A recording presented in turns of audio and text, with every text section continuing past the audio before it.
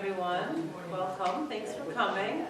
Small group this morning. Usually this is a huge one. I'm Angie Flynn. I'm the Director of School Counseling. Two of our veteran counselors, Frank Flynn and Lee Diamantopoulos, are going to present on High School 101. So I'm going to turn it over to them. Thanks. Yeah. We used to call this, had a different title. We figured High School 101 was the best way of renaming it, just because we go over every aspect of our role with your child, and it's kind of what it looks like, not only from freshman year, but through sophomore, junior, senior year. So we'll make this as interactive as possible, so at any point, if you have any questions or things that we need to clarify, let us know. But like Ms. Flynn said, Lee Diamantopoulos, Franklin, and we'll get moving here. So we have 4 of these presentations throughout the year. Again, we said obviously today's High School 101.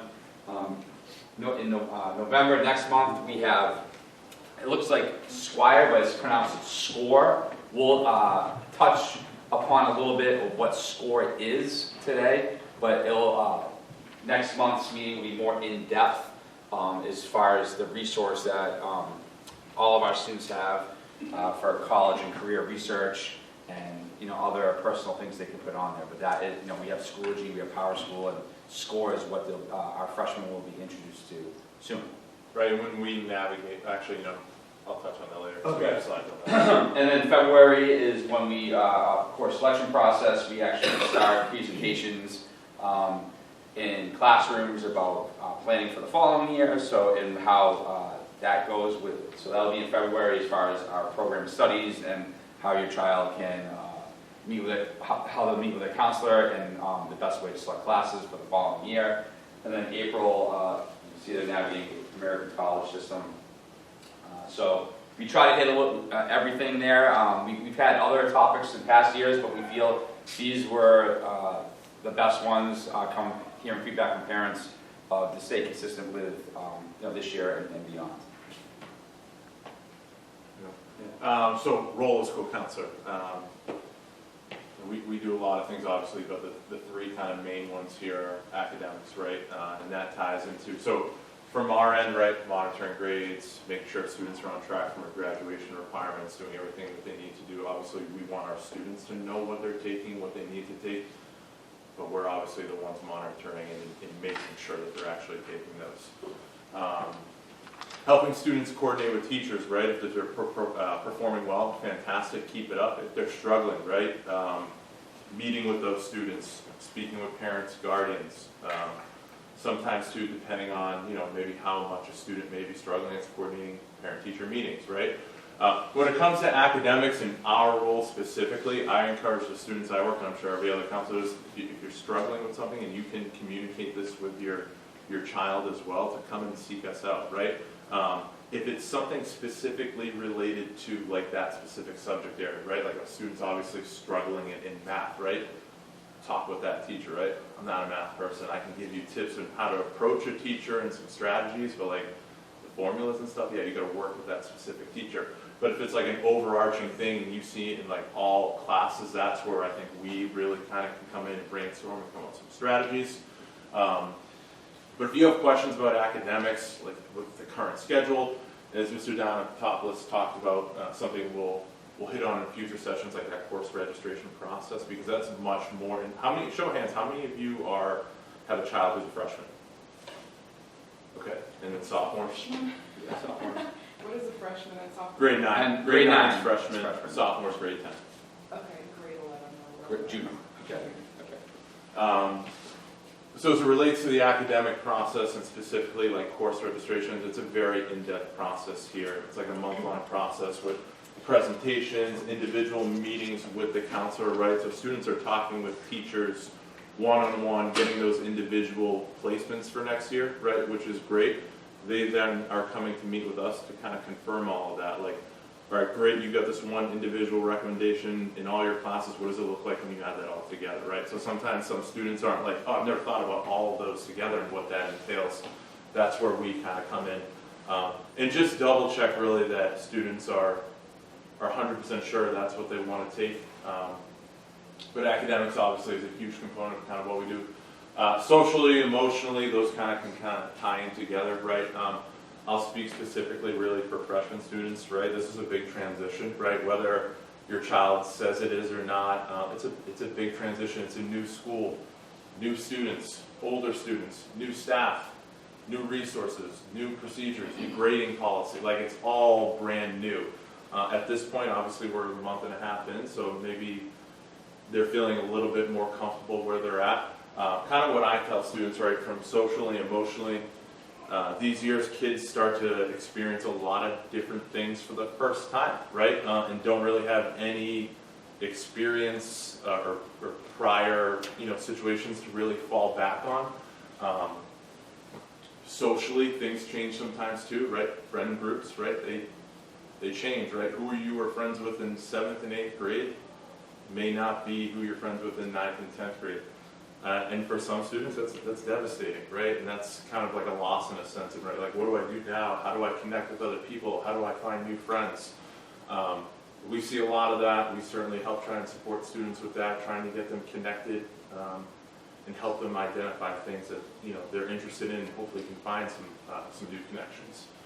And again, like I said, socially and emotionally kind of tie in, but emotionally, right? With stuff like that, transitions, new experience brings on a lot of emotions, right? How students can kind of access that, and we'll talk about it obviously a little bit more in depth, but if it's an urgent situation, students can come and find us immediately. If it's something that can wait a little bit, and I tell students too, my email's kind of like we're not exchanging phone numbers, right? They're not texting us or anything like that. Well, they can't have their cell phones out anyways. But our email can be a good way to communicate, right? Getting students to get used to accessing their email and utilizing it and using it.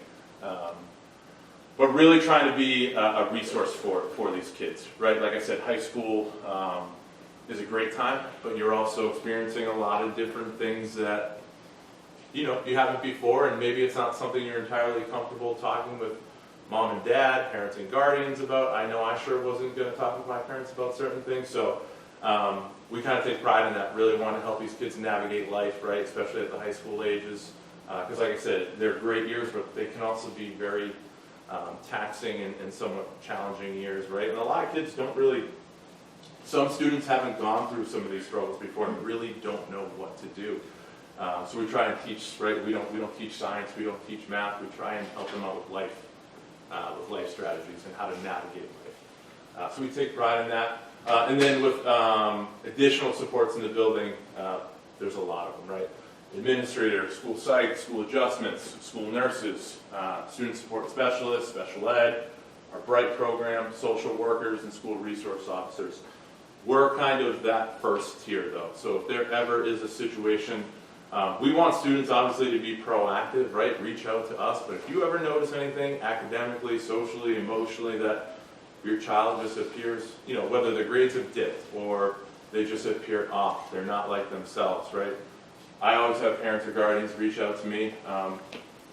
We can do it one or two ways. Like, if you want to keep it like we never talked and I'm just calling the student down, like I can do that. I play that all the time. Or if your child knows that you're going to be reaching out, like whatever works, just keep lines of communication open. We want to help out. Anything else? Yeah, so you must be sitting there like, okay, well, when do they make an appointment? Or if nothing's going on, or how do they? So, like Mr. Flynn said, there's really two ways. We have an appointment link set up on Schoology called Scuda, where a student can register for an appointment with us, or send an email to us as well. So one of those two ways.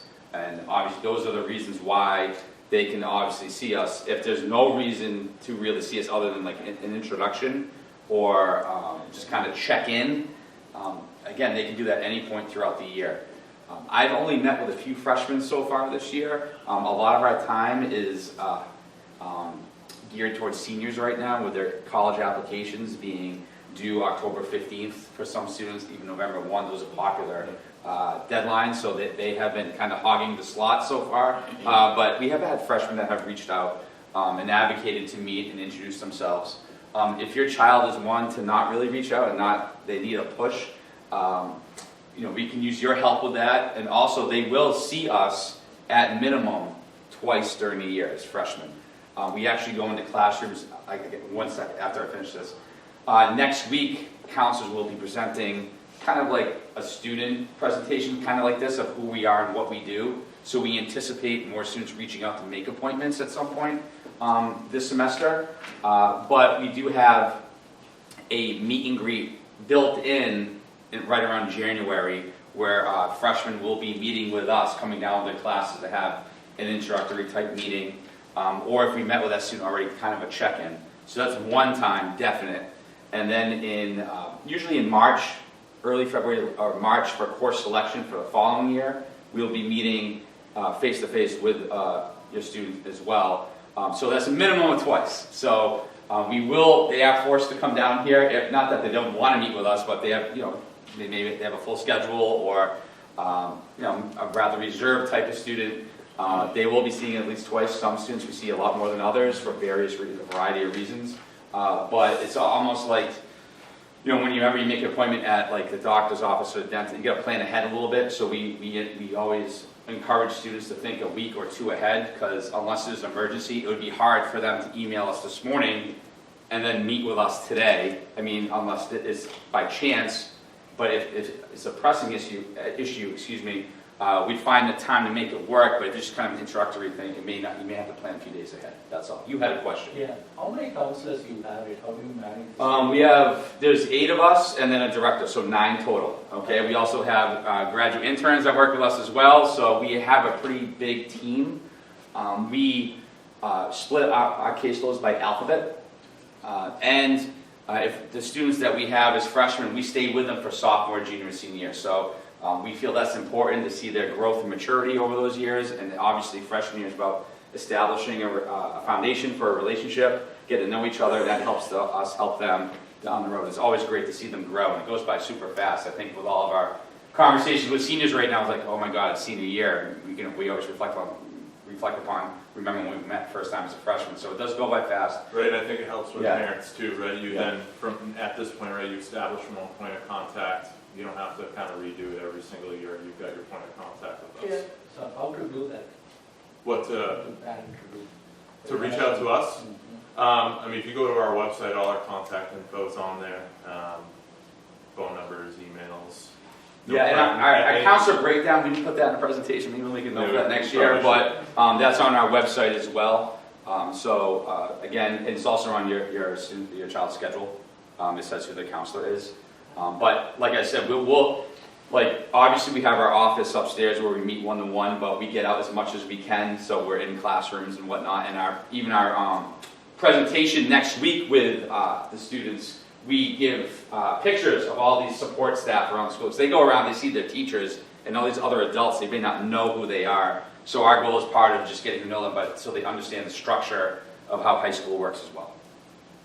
And like Mr. Diamond also said, we try and have our students be proactive in scheduling appointments with us, right? Our schedules are also very different, right? We may have something when we walk in at 7:30, but we also have to be able to adapt, right? Like we talked about students needing to schedule in advance. There's a situation going on, obviously, that can't wait, then we prioritize meeting with that student at that time. Okay.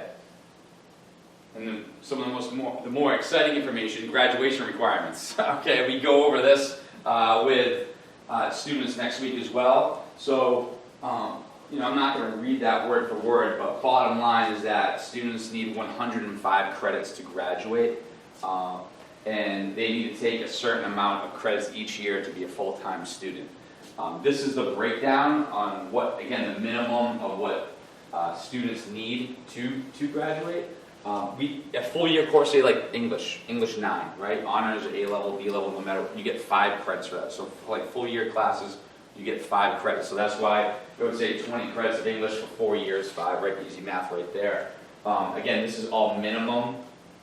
As far actually, we have the breakdown next slide, but this is how it works. And if you do the math, sometimes students are concerned. They reach out sophomore, junior, senior year. Do I have my credits? Where am I credit wise? We check this every summer. We go through transcripts. Triple check them. Yeah, we check. And if there's anything that we need to communicate to the student, we make sure we include the parents as well. But bottom line, if you don't hear from us, no news is good news. We always reach out if something it needs to be done. For example, there are some senior students, I have like 5 or 6 of them, that need to take a semester of art or fine performing arts or visual art. I just reach out, it's in the schedule, but just remind parents, if they're in like ceramics, and the student's a straight A student, but just want to make sure they know they need to pass that to graduate. So we try to communicate as much as possible so there's no surprises. Right, and you can take that art, like if your child has an art class now, and great to get that requirement out of the way. If it's second semester senior year, then great, as long as they get it done. Question? Yeah, so is it mandatory to take the foreign language, like second language other than English? No, it's not a graduation requirement. Students can take it for genuine interest, obviously. It plays a role too when you're thinking about maybe post-secondary options as well, though. Some colleges require foreign language.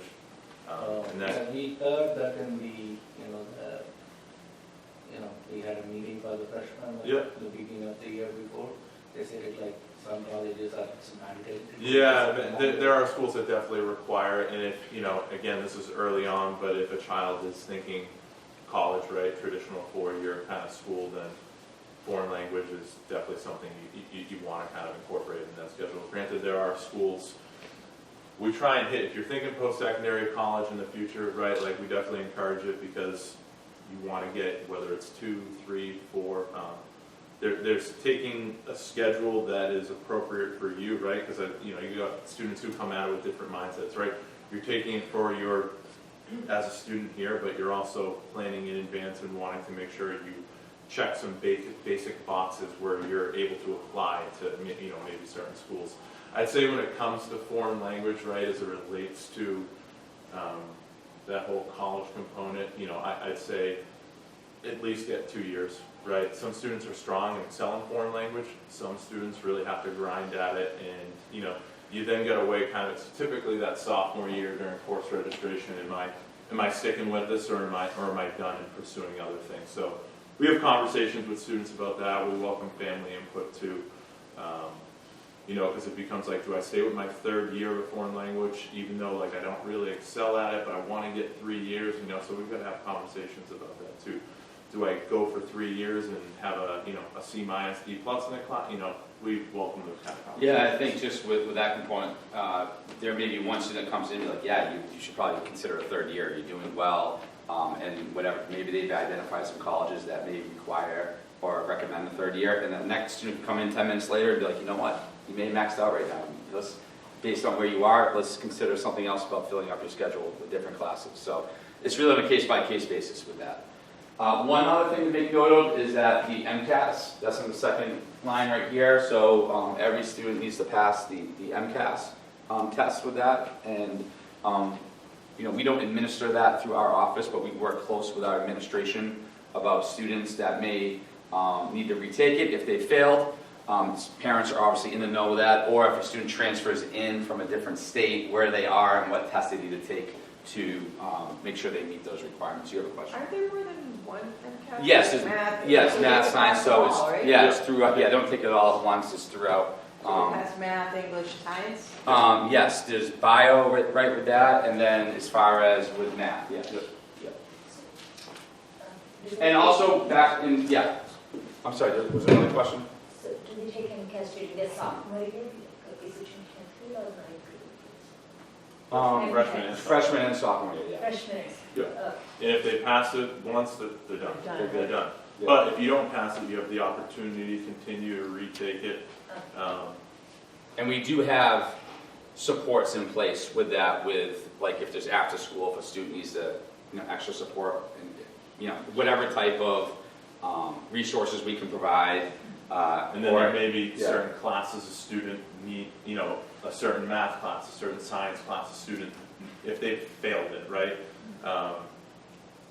We don't really dive into.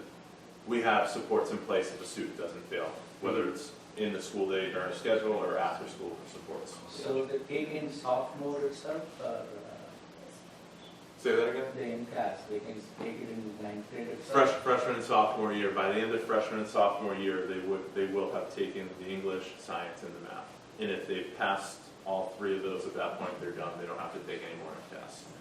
Yes? So just a follow-up question, if student transferred to junior year, right, out of state, will he still need to take them? Yeah, yep, Okay, just because, oh, okay. yep, because they still need to get that passing mark in the test. And again, with the credits, don't feel the need to make sure, count them yourselves. Again, we track that, and for 105, if a student's taking at least 30 credits more each year and they're passing everything, they're going to graduate well more than the 105. There's always a student or two that might be, scratching and clawing to get the 105, but the majority of our students are well with 120 You or would more. definitely be aware Yeah. of that. Right. And something too, just to add on when it goes back to those credits that students have to hold every year, right? So freshman through junior year, it's 31.25. And senior year, it's 30. You can technically max out at 35 with electives, internships. Not every student is doing that. One thing that I try to tell students, because it comes up every once in a while, where I've had a student like maximize every year, like 33.75, 35 one year, right? And in their mind, they're like, well, I'm getting ahead, and then my senior schedule is going to be sweet. Like, I'll never forget it. I had maybe 4 or 5 years ago, I had a student come in during course registration, was a junior, going to be a senior. He's like, all right, I got my English and my math, am I good? I'm like, no, bud, like, you're like 20 credits short. Yeah, like, it's not like college where like you're getting ahead of the game and then you got this sweet senior. You can have a really nice, and freshman through junior year, a lot of students are taking kind of like mandatory classes in a sense. Senior year is where it opens up, where you've got a lot more options. Yes? Are the honor classes worth any more as far as credits? Not with credits, but with GPA, which we have no slide coming on, you do get, we have a weighted GPA system, which we'll get to, so with that, but as far as credits go, it's the same. This is more of a breakdown of, you have the total number of credits required for graduation. These are the specific courses. So like, for example, we said the English as an example before, but for social sciences, US history 1 and 2, every student needs to take and pass both of those classes. That's for Massachusetts public high schools need to take 2 years of U.S. history. So like for like a freshman, if you have freshmen, they're all in World Civ right now. So if they pass that, there's another 5 credits there. But say someone hypothetically failed a semester of World Civ, right? It's not technically it's not a U.S. history, so they don't technically need that to graduate. What they would then need to do, right, is some form of summer school where they could take like a social science elective their senior year, like a psych or a soc, which would give them that credit to get to the 15. And we also, I don't say we, but sometimes students may, because health and PE only meet 3 out of our 7-day rotation, but in the realm of graduation requirements and credits, they need to take and pass a semester of health 9, 10, and 11. They're only 1.25 credits because they only meet 3 days out of our 7-day rotation for a semester, so that's why it's less credits. And then as far as PE, it says 2.5. There's 1.25 each semester, 2.5 total for each year, and that goes up to 10 credits for the PE. So again, I think a lot of times we all get focused on the core subjects, which are super important, don't get me wrong. But with PE, students need to change and participate and submit their fitness test results and things of that sort. So again, it can get lost in the shuffle. Again, most students are fine with that, but we make sure that we monitor those grades closely as well. And then as far as the fine visual performing arts, semester of that, so we present the list of classes to each year when we go into classrooms and present the program of studies of what courses would satisfy that graduation requirement. So if a student is in, if they're in the band or chorus, that obviously they're all set. Or students like the art intro, ceramics, sculpture and installation, classes like that. Or we actually have a few technology classes, web design, where students go through the TV intro, not intro to TV, but TV production 2 or further. Those satisfied as well. So I know I'm rambling off a list of classes, but there's plenty of opportunities for students to get that requirement based on their preferences. Can you go back to the previous slide? Yeah. So one question, why there is no breakdown for math and science? Yeah, so those aren't course-specific graduation requirements. So you'll see in, when you, like, if you, in February with the course selection process, I don't present that one, but I'm assuming we have our program of studies on there. We also have our program of studies on, you can download a PDF on our website. And I didn't memorize the page numbers, but in the math section, towards the end, you can see a sequential chart as far as where your child is right now and what courses they would take. Yeah. So it's really generalized as far as Right, math, science, those are more placement based, right? So Yeah. not every student is taking the same classes in those areas, so like you can't have them need to pass certain, they just need to pass through. Yeah. Whether it's, AM1, pre-calc, calc, whether it's AG1, AG2, AM1.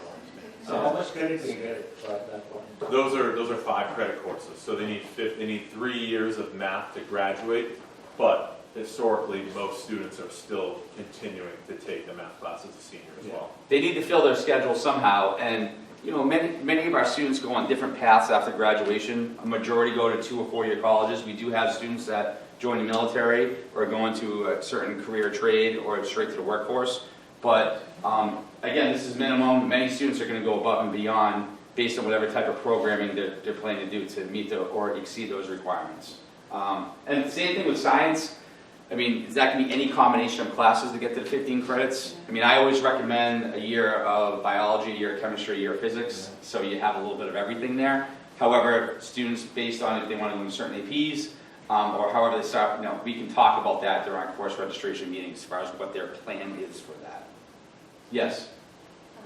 So since the foreign language doesn't add up any credits, if the student doesn't want to take a foreign language and instead add credits with taking up other subjects, choosing other subjects, can they do that, or because it's not a matter? Like doubling up in a subject area Yeah. you're talking about? It's rare. Yeah, it It depends. Science, you're really not going to see that. The only time you're seeing someone double up in a science probably is because it's got something to do with MCAS and they need an extra science class because of that.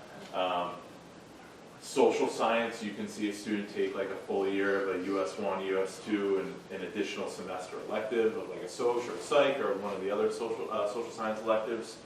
Math, again, if it's a student that excels in math and is strong in math, you may start to see more of those additional, whether it's 7.5, 10 credits, junior, senior year, not so much freshman and sophomore year. Sometimes sophomore year in the social science if they get a semester elective or something. Yeah, the menu's bigger for upperclassmen students, even sometimes with our electives. So freshman, sophomore year, and again, depending on the foreign language piece, the schedule might be spoken for them. But as the junior and seniors come around, there's definitely more freedom and flexibility there. You could take an advanced math over another math anyways, It's- Yeah, it goes by recommendations and conversations. So we can't speak in absolutes right now. So that's why, again, it promotes conversation between us and the student, and obviously we involve the parents as well. You have to sign off on it. Yeah. It's a long process from our presentation to the kids. They have essentially over a month. When it's all said and done, it's over a month. So there's time to really kind of reflect. And it's a time for us where we're having a lot of conversations with students where, again, they're getting all these approvals and recommendations from an individual perspective, right? Then when you add it all up, right? And here's the thing too, right? There's the idea of what a schedule looks like. It sounds really good and awesome. And then there's the reality of day one where you really don't know what it's like until you're in it. You do all the prep you can to anticipate what that looks like, and that's really a bulk of our conversations with kids is try to prep them for, what the schedule will entail. Too, it becomes a balancing act too in high school, right? There's so many other components. You've got your academics, but then kids are so heavily involved with whether it's sports, extracurriculars, a part-time job. You got to factor in all that type of stuff too.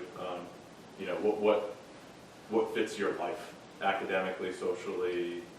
What makes the most sense? Yeah, I mean, we're going into this next, but I think that segues into a great visual where students in that moment of course selection may be like, okay, this is what's going to look best on the transcript and what we send out. And I always challenge them, okay, so all right, you're gonna take this many AP classes or honors classes or A-level classes. What are you doing outside of school? Are you in the performing, like we just heard about the concert last night? Are you playing an instrument through the school? Are you in a sport?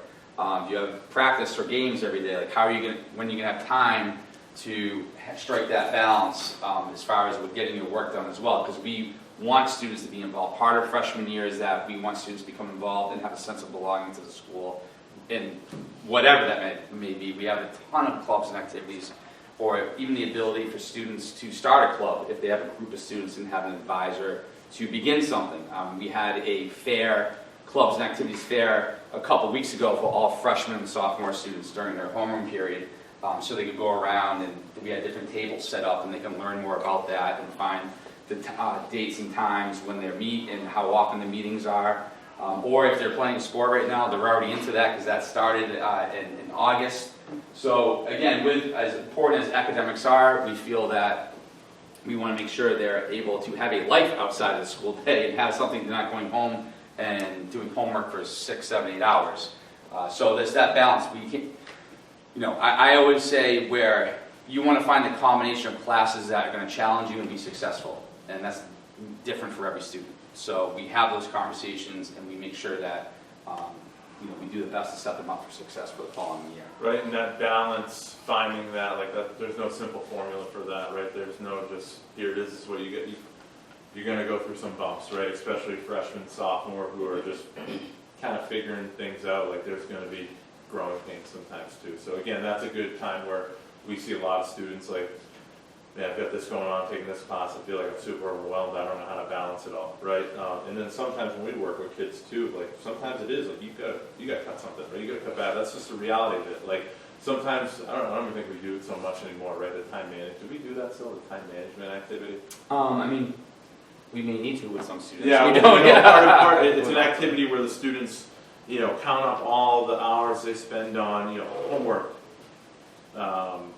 social obligations, work, this, that, right? And then the total number of hours in a week. Like, well, Mr. Flynn, like I have more hours committed to my obligations than there are in a week. And it's like, aha, like you got to cut back on something. That's why you don't have time. Like you legitimately are overextended. So I think those are conversations that we try to preach with kids because I think from what I've seen from a young age, kids want to get involved, kids want to get active, and then as they start to get a little bit older, right, junior, senior, the reality is like a lot of them start to like resume builds, right, which I get in a sense, right, totally makes sense, especially if you're looking post-secondary options, but ultimately you've got to do what you can take on. There's a lot of, I think, comparison, trying to do what so-and-so does. You're not them, right, they may be able to do that. How? I can't specifically tell you, but you may not be able to, and there's nothing wrong with that. So I think that ties down to when we meet with kids, it's so individualized and trying to help them understand who they are, what their strengths are, and what they individually can take on without trying to compare them to someone else. So we have a sample transcript up here right now. That's the handout that you guys have. It's a different transcript, FYI, but the same idea. Oh, okay, same idea. Same Yeah, idea. so I know, 'cause I have a hard time seeing. No. Yeah, I wouldn't know whose transcript that is. So this is what we send to colleges or maybe graduates come back for, they need a copy for whatever reason. We put semester grades on the transcript, and next to, you'll see the course name, so top left-hand corner, that's freshman year, then it goes from sophomore, junior, senior. There's personal information on the top that obviously we crossed out. Bottom right-hand corner, you can see earned credits and then a cumulative weighted GPA. We'll talk more about GPA in a minute. This might actually be the same transcript now that I'm looking at it. I think it is. But we put, again, semester grade. So you see course name, the letter grade, and then the 1.25 or 2.5 next to the grade that you can see they earn credit. And the bottom left-hand corner of each year, you can see how many credits they earned for that year, and it's total up on that bottom right. So we just finished, got through the mid-quarter of quarter one. Quarter one ends November 2nd. You guys probably can see the grades on Power School. Semester one is going to be an average of quarter one and quarter two. So quarter one does count If a student's doing very well, we obviously encourage them to continue to do well. If they're not where they want to be, we always say, well, listen, you have quarter two to get your semester grade to where you want it to be, because that's what's reflected on the transcript, the average of that. So it's 50%, 50%, quarter one, 50%, quarter two, 50%, average together, boom, on the transcript for the semester grade. Right, and that's when they're going to get their first GPA, right? So freshmen right now don't have GPA. The GPA recalculates twice a year, once at the end of semester one, and then once at the end of semester two. Yes? So essentially, right, like if they have, right now, just now, my child, like he has some tests he needs to retake, et cetera, et cetera. So does he wants to do it before November 7 in order for his Q1? Oh, yeah. Yeah, So that's where we want the student to communicate with the teacher. Maybe there may be times where we have to step in to help that communication, if it's with the student advocating and following through. Yes. If he doesn't do it before November 7, it most Set, likely yes. will Totally. And happen. some teachers are going to have their own policies too, you know, and they try and get those like squared away right away. Here's my policy when it comes to retake, missing work. I'd say, you know, obviously especially freshman, sophomore, you know, we do a little more hand holding, right? Because they're younger, navigating, getting used to a lot of different things. As they become older, we try and step back. We're always going to be there, right? But we try to take a step back a little bit, because the reality is once they're done here, like, they're done here, right? They're on their own in a different environment where they don't have someone kind of overseeing everything. Yes? So how do we know how they did it on this particular quarter? Like, for example, If you- first quarter ends Do you have, November, are right? you in the parent portal? Yeah. So you can access the grades in there and see Yeah. exactly how they're doing. And the grade is, and on the parent portal is an actual link, and you can see the breakdown on how they did on tests, how they passed in their homework, or whatever graded assignments are in there. That's how you can see the breakdown. So I can see by every quarter. Yeah. Yeah. Yep. Yep. Another question. Power school or parent? Because I was looking. It's Power School. Power schools. Yeah, Power School is what You we're know, going. there's an app too. Yep, and well, with Power School, you can look at the last time it was updated. Some teachers are great about updating it every day, which, you know, I know it's like checking your text messages or your email. You could go in there and check the grades every day. I think you can even get notifications for that. But teachers, I think by contract, are only required to update it twice per quarter, at the mid-quarter and at the end of the quarter. So, you know, again, students can check that, and I know it can go up and down, but I find myself having many conversations with students being like, okay, well, your grade's here, or if something has not been updated, go see your teacher, Yeah. talk to them in person, ask questions, Teachers still share keep old concerns. school little grade books and Yeah. stuff like that too. So even though the grade in Power School may not look a certain way, like kids need to have a pulse on how they're doing. And I'd say from a parent perspective, just reach out to the teacher too. Because there could be an A in there that students missed, you know, the last 3 or 4 assignments, grade has been updated, and all of a sudden, boom, those grades get put in. Yeah. It's down to a D now, and it's like, oh my God, the sky's falling. What happened? Well, they should know that they had missed some assignments. Or sometimes teachers might put in zeros as placeholders for students to be like, hey, you need to make this up based on their conversation by a certain deadline. And just an FYI, you know, when the pandemic hit, you know, we really softened up as far as deadlines. They kind of didn't exist because we want to support students. I mean, it was a trying time to be a student. The pendulum has kind of swung a little more to pre-pandemic, where deadlines have become more hard as far as with submission of assignments and a shorter window of time to make it up. So just a heads up for that. Maybe you've seen that already. So one more question, is the transcript will tell that whether student took the advanced or honors course? Yeah, it should indicate if this student took, like if you look, when I see senior year, there's human anatomy, physiology honors, they're always indicated in there. If it doesn't have an honors or an AP attached to it, it's likely a college prep course. If it says honors at the end, it's an honors course. This particular student just didn't have, you know, a bunch of APs and honors courses. Right. What does honors means? What does that mean? It's a level, so like we have Just 11. more advanced? Yeah, so it's a more challenging level, right? You've got B, A, honors, advanced placement. Okay, so advanced placement is the most challenging, Yeah, and honors. and A level, yep. On top of that, you have college course. Some kids goes to the college and then. We have the 12th year I mean, there are students who may take stuff outside of here, but affiliated with us. It's just a 12th year program, and we've got Worcester State Court. Yeah, we have 2 classes through Worcester State for juniors and seniors at Worcester State as a dual enrollment. But that's really our only like true official dual enrollment program.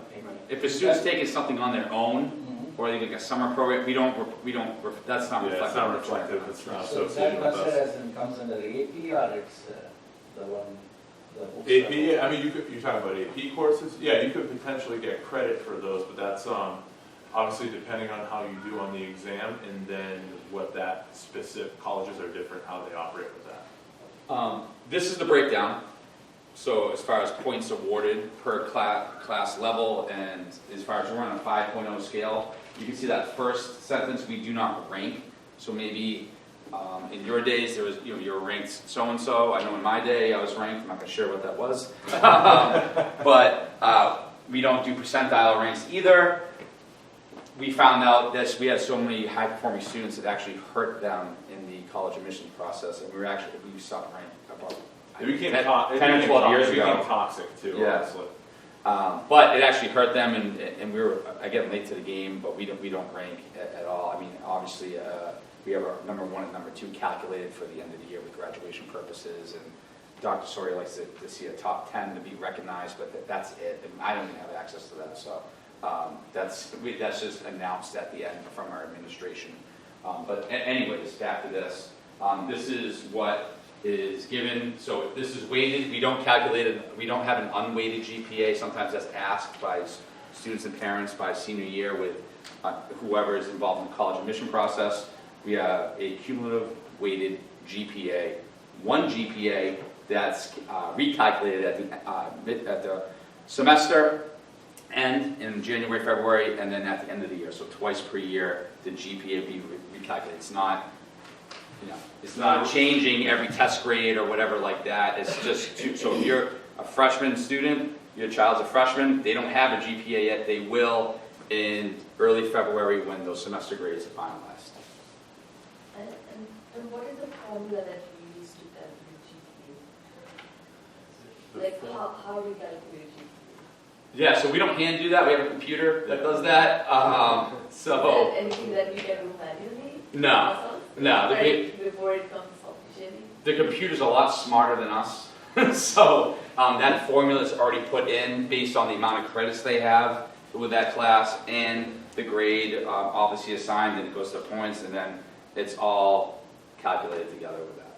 So we never hand, and I know some students like to do that, but like we tried to say, like, don't, as important as GPA is, for the time you're going to spend trying to figure out your GPA, spend that time studying for your next test. And again, that becomes a big conversation around court, because every student operates a little bit differently, right? Like, I'll have a student meet with me, whip out the GPA point scale, and like, I want to take these classes, I'm aiming for the, like students, I understand wanting to do well, getting a higher GPA, right, totally, I understand that, but again, it's taking a class for the appropriate reasons too, and then, the combination of classes that you're taking. Sometimes too, just because it doesn't have an AP attached to it, some of our honors courses here, junior, senior year, even if does anybody have a child in bio honors right now? That's historically a pretty challenging class, right? Just right from the, so, just because there's not an AP attached to it does not mean it's a less challenging class sometimes. So this is our grading system, which is different than middle school. I believe there's 1s, 2s, 3s, and 4s for that.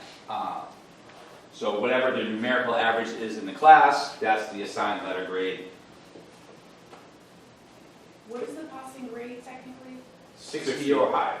So that's cut off right there, but if a student has below a 60 numerical average, So 59 and below failure. 59 below is failure. Okay, so if he gets like D minus for certain Pass, class, it's passing. it's passing? Yep. Credit is earned with a 60 or above. Okay, so in the range, okay. Got it. And then if a student fails something, right, it's conversations that the counselor will reach out to you. There's ways to make credit up within a schedule. There's summer school, there's other options as they get older. Can he technically retake No. if he gets like? No, it's not like I get a 60, I want to take it again, they get like a B. No. This is something you could calculate though, other than GPA. We do have a quarterly honor roll. So quarter 1, 2, 3, 4 throughout the year. Again, this is not weighted, this is based on numerical averages of classes. So based on a numerical grade, easier math problem than calculating GPA. For a student that has a 93 or greater, they're in highest honors. For a 90% or greater numerical average, so if they're in 6 or 7 classes, just add them up, divided by 6, how many classes they're in, boom. That's what they, and if they have a 90 or greater, it's high honors, 85 or greater. Now, I believe it's not on there, but if a student has, here comes the music. We have music every Friday between classes, so. Come on, who's got it? What is it?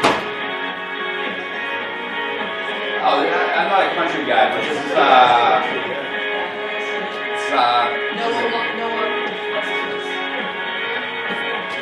No, is this Zach Brown, right? Yeah, it's Zach Brown. That's my first guess at a country. Anyways, Fridays at Shrewsbury High School, between classes, we have music that goes on. So, it's typically a department each week picks up. or yeah, student groups as well. Probably be better on Mondays to wake everybody up, right? Fridays, yeah. So something to shoot for, honor roll. The students do take pride in this. We do a letter of recommendation to colleges and may say to students who are consistently on the honor roll, or whatever delineation is from highest honors, high honors, or honors. But I believe it's sent to like the community advocates in the paper there.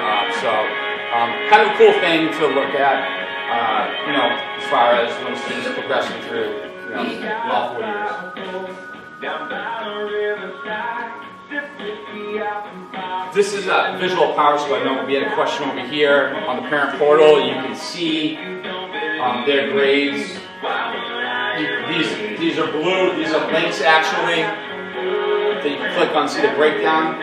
I think the question every year that we notice is that there's always some confusion on the attendance that we see is how many attend. Like this, we take attendance by classes, not like, so a student comes in late, they may miss like 2 periods, so they have absence in those classes, but they miss the other classes. So we go by, on the right side, just look at not the total number of, this student was not out 5 days, they just missed each class once.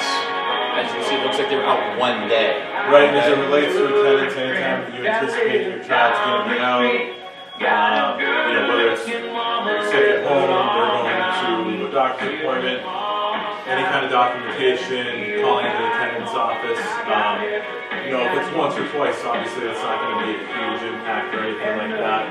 It becomes a little trickier. Our attendance policy is once you go over 9 absences in a class in a given semester, there's a potential loss of credit, right? But if you're calling in, there's legitimate reasons why the student's been out, many times that's waived. If it's a student that there's no documentation, no legitimate reasons that we're aware of, because whether it's lack of communication from the home end, or there's no doctor's notes, or whatever it may be, that student likely would lose credit. So they could technically pass a class, but lose the credit associated with it, go on an attendance contract the following semester.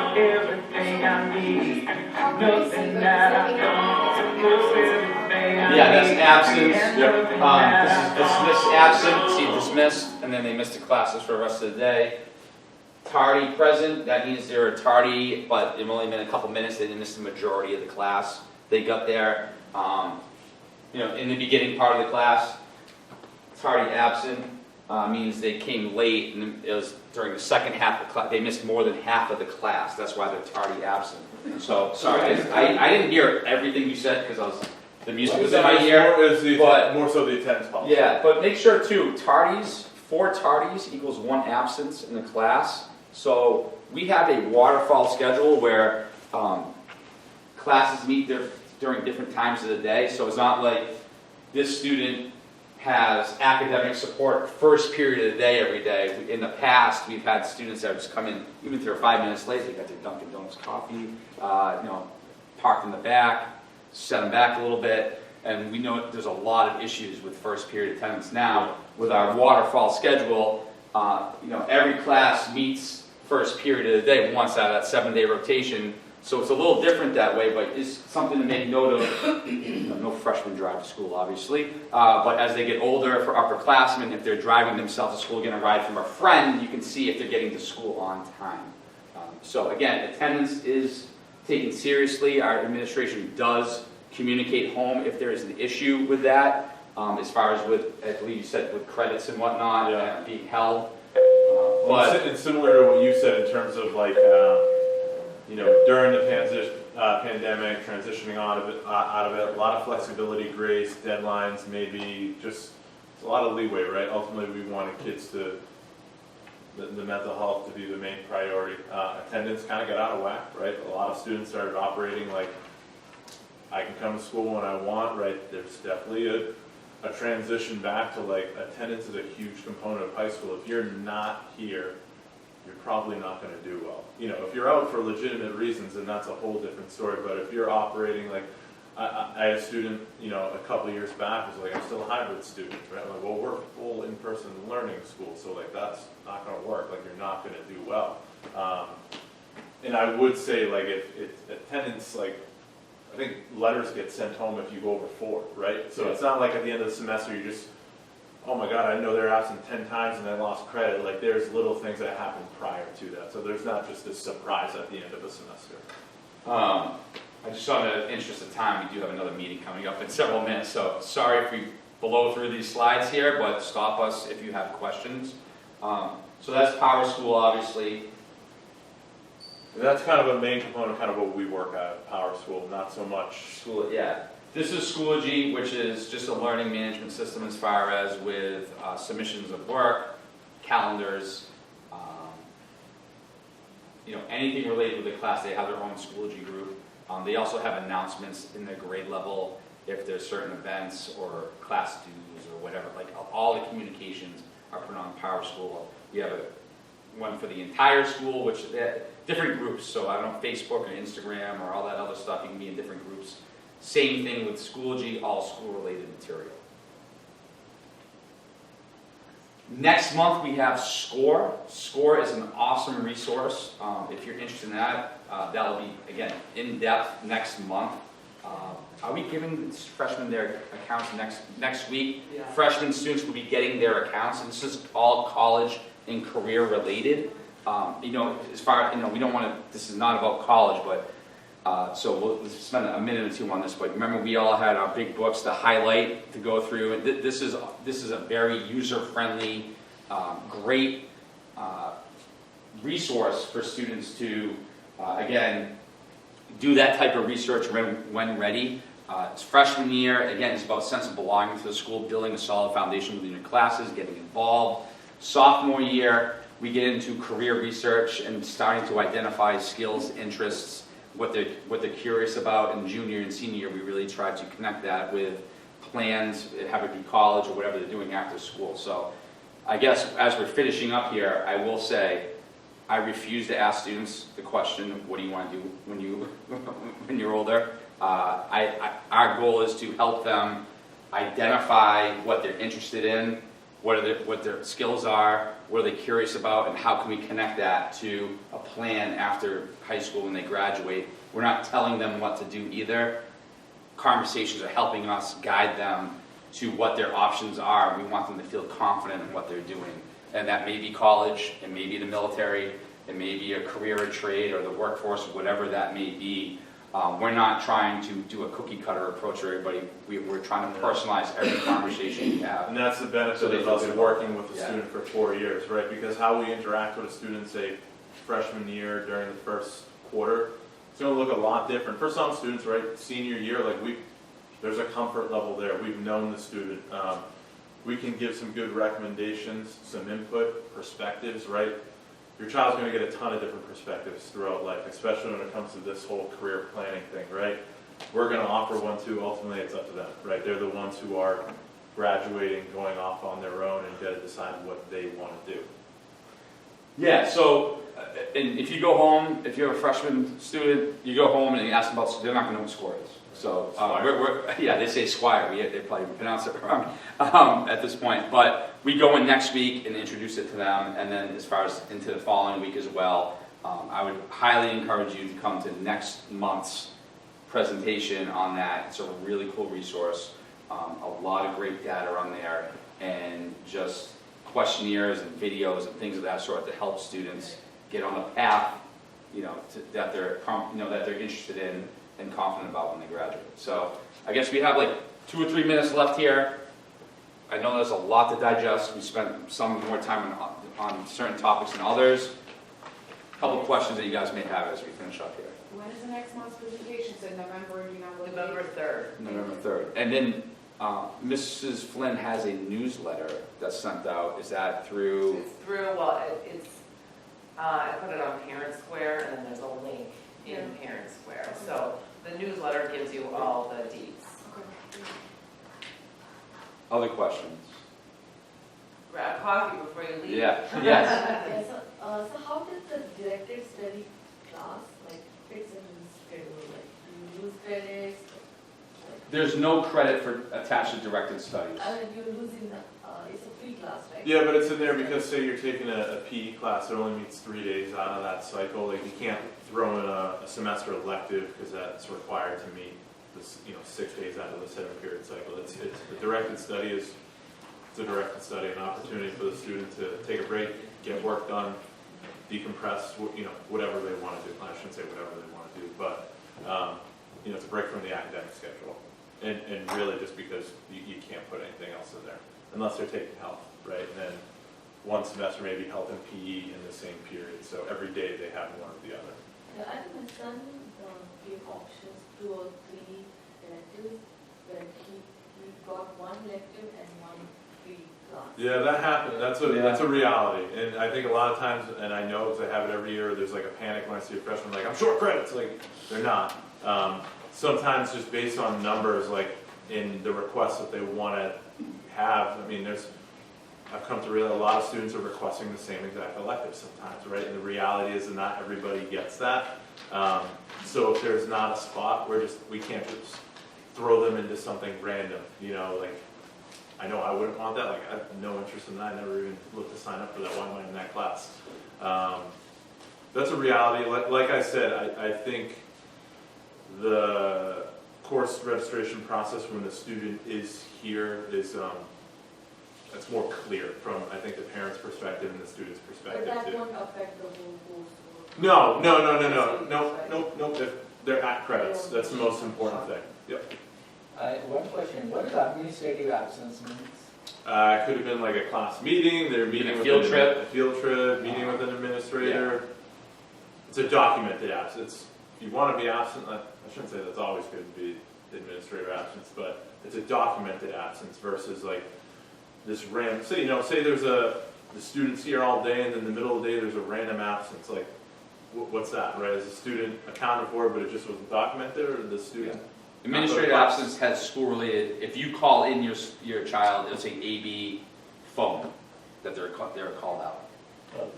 And then if it just says AB, well, they're coming in late, leaving early, or skipping. Not that your child do that, but you can't hide from skipping now. It's going to show up. No. Yeah, I think we're trying. I'm like, hey, we try to tell. At least I'm like, yeah, we're watching. Like, there's no like. It's not like when we were growing. You can get away with things. Yeah. Like, there's no getting away with it. Yeah, everything's recorded it's all on right Power there. School. The portal is really good. Yeah. Well, it's a blessing and a curse at the same time, right? It depends on what end you're on of that. Yeah. All right, last one.